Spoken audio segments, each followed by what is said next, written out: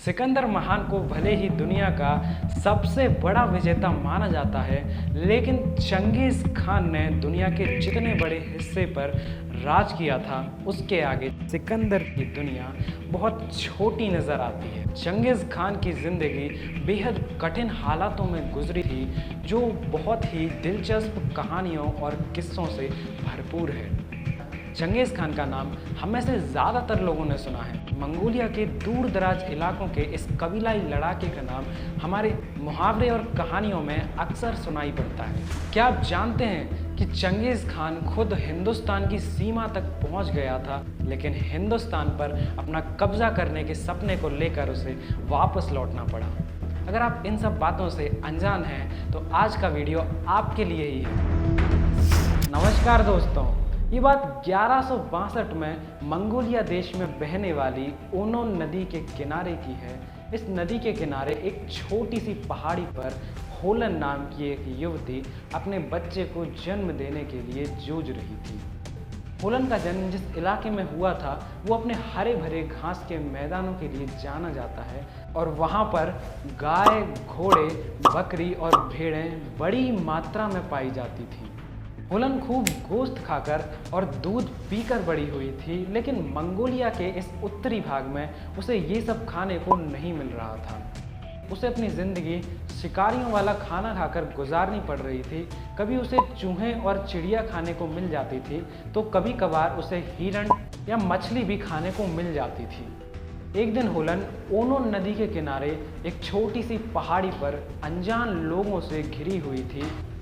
वो अपने पहले बच्चे को जन्म देने के दर्द से गुजर रही थी। उसके आसपास मौजूद लोग उसके लिए अनजान इसलिए थे क्योंकि बोरोजिन नाम के एक कबीले ने उसका अपहरण कर लिया था। बहुत तकलीफ सहने के बाद जब होलन ने अपने पहले बच्चे एक लड़के को जन्म दिया, तो वहाँ पर मौजूद लोगों ने ये देखा कि उस बच्चे की मुट्ठी में कुछ दबा हुआ था। होलन ने थोड़ा घबराते हुए लेकिन बड़ी ही नरमी के साथ अपने बच्चे के हाथ की एक एक उंगली को खोलना शुरू किया, ताकि वो ये देख सके कि उसका बच्चा इस दुनिया में क्या लेकर आया है। जब होलन ने अपने बच्चे की मुट्ठी को खोला तो वहाँ पर मौजूद लोग ये देखकर हैरान थे कि बच्चे की मुट्ठी में एक खून का थक्का दबा हुआ था।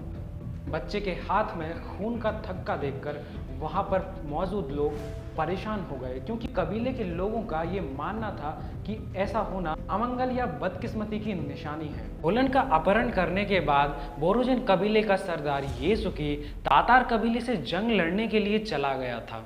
उस दौरान येसुकी ने तेमुजिन ओगे नाम के एक योद्धा की हत्या कर दी थी। जब येसुकी अपने बेटे के पैदा होने के बाद कबीले में वापस लौटा तो उसने अपने नवजात बच्चे का नाम तेमुजिन रखने का फैसला किया।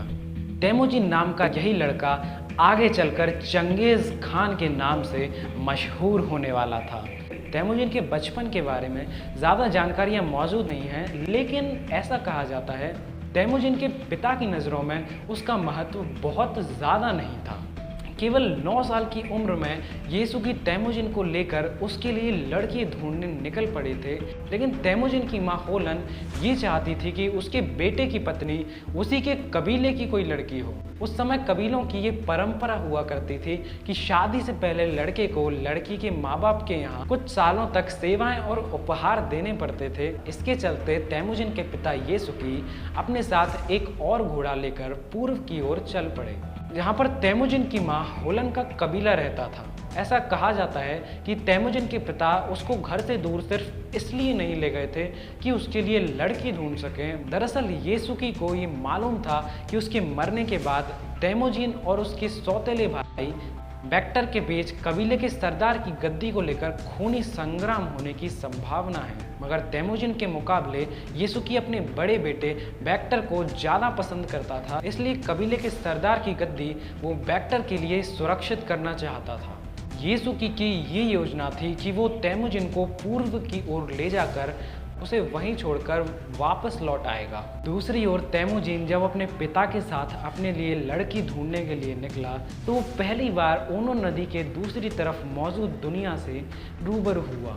येसुकी तेमुजिन को ज़्यादा से ज़्यादा दूर ले जाकर छोड़ देना चाहते थे, ताकि वो अपने बड़े भाई बेक्टर के साथ कबीले के सरदार की गद्दी के लिए लड़ाई ना लड़े।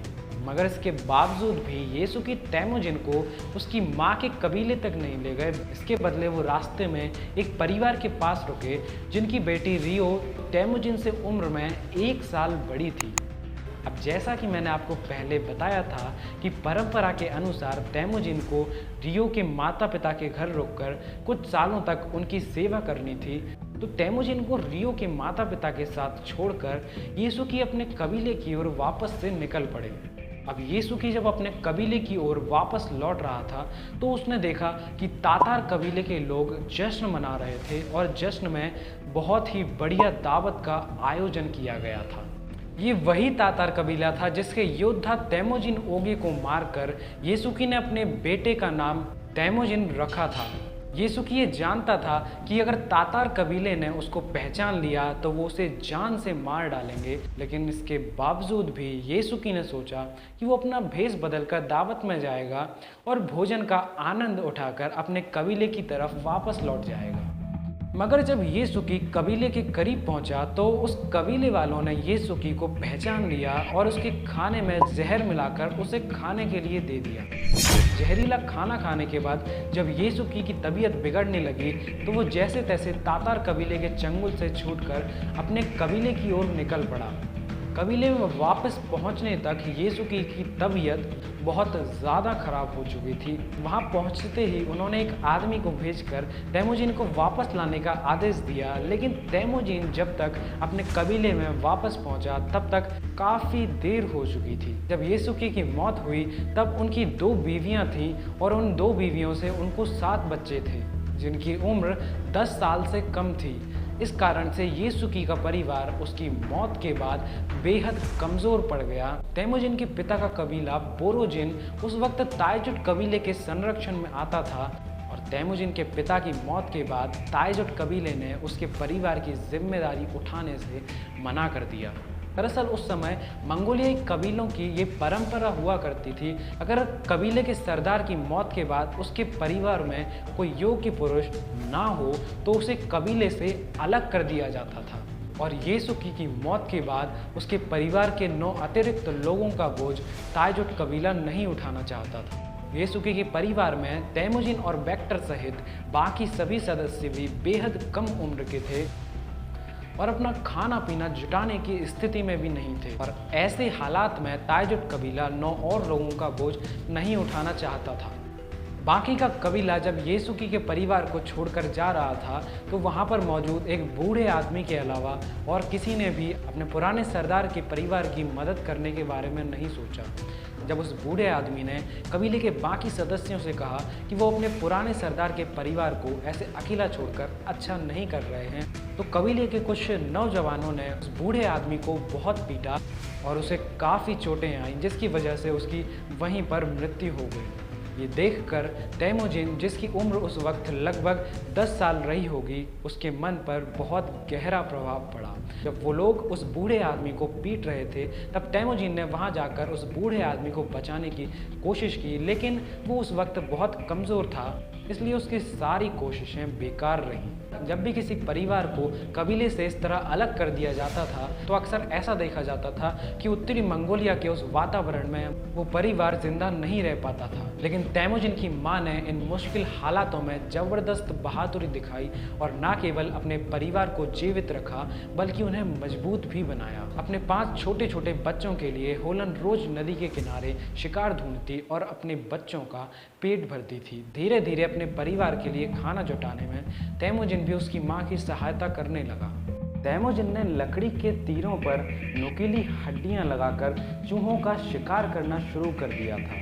जैसे जैसे बच्चे बड़े होते जा रहे थे, अब उन्होंने बड़े बड़े जानवरों का शिकार करना शुरू कर दिया। होलन के परिवार की खाना जुटाने की समस्या काफ़ी हद तक समाप्त हो चुकी थी। शायद तेमुजिन के इन मुश्किल हालातों ने उसे इतना मजबूत बनाया कि आगे चलकर उसने दुनिया का सबसे बड़ा साम्राज्य खड़ा किया। एक बार तैमुजीन अपने भाइयों के साथ मछली पकड़ने गया था। उसके हाथ एक मछली लग गई, लेकिन उस मछली को उसके बड़े भाई बैक्टर ने उससे छीन लिया। उसने जब इस बात की शिकायत अपनी माँ से की तो उसकी माँ ने भी बैक्टर की ही तरफदारी की। दरअसल उस दौर में मंगोलियाई कबीलों की ये परंपरा हुआ करती थी कि घर में जिस पुरुष की उम्र सबसे ज़्यादा होती थी उसी की बात घर में मानी जाती थी और वही घर का मुखिया होता था। और इस तरह से जब तैमुजीन के पिता की मौत हो गई तो उसका सौतेला भाई बैक्टर अब उसके घर में सबसे बड़ा सदस्य था और परिवार का मुखिया भी। लेकिन तैमुजीन को ये बात बिल्कुल हजम नहीं हुई और इस तरह से उसके मन में एक असंतोष की भावना पैदा हो गई और इस कारण से उसके बड़े भाई बैक्टर के साथ अब उसकी लड़ाइयाँ होना शुरू हो गई। अब जब भी तैमुजीन और उसके बड़े भाई बैक्टर के बीच में लड़ाई होती, उनकी माँ हुलन हमेशा बैक्टर की ही तरफदारी करती। जैसे जैसे वो बड़े होने लगे उनके बीच की तकरार भी और बढ़ने लगी। तैमुजीन ये जानता था कि अगर उसको अपना प्रभाव बढ़ाना है तो किसी भी तरह से अपने बड़े भाई बैक्टर को रास्ते से हटाना होगा। उसने ये निश्चय कर लिया था कि वो अपने बड़े भाई बैक्टर की हत्या करेगा। तैमुजीन की इस योजना में उसका छोटा भाई खसर भी उसका सहयोग करने के लिए तैयार था। तैमुजीन और खसर दोनों ही हुलन के बेटे थे और आपस में सगे भी थे। तो अपने बड़े भाई बैक्टर की हत्या करने के लिए तैमुजीन और खसर दोनों योजना बनाकर निकल पड़ते हैं। उन्होंने देखा कि बैक्टर एक टीले के ऊपर बैठकर मैदानों की तरफ देख रहा था। दोनों भाई बड़ी ही होशियारी के साथ घास में बैठकर छिपकर पीछे से उस पर आक्रमण करने पहुंचे। बैक्टर के पास पहुंचकर दोनों भाई अलग अलग दिशाओं में बट गए और जब बैक्टर से उनकी दूरी थोड़ी ही थी तो तैमुजीन ने पीछे से और खसर ने आगे से बैक्टर पर तीरों से निशाना लगाना शुरू कर दिया।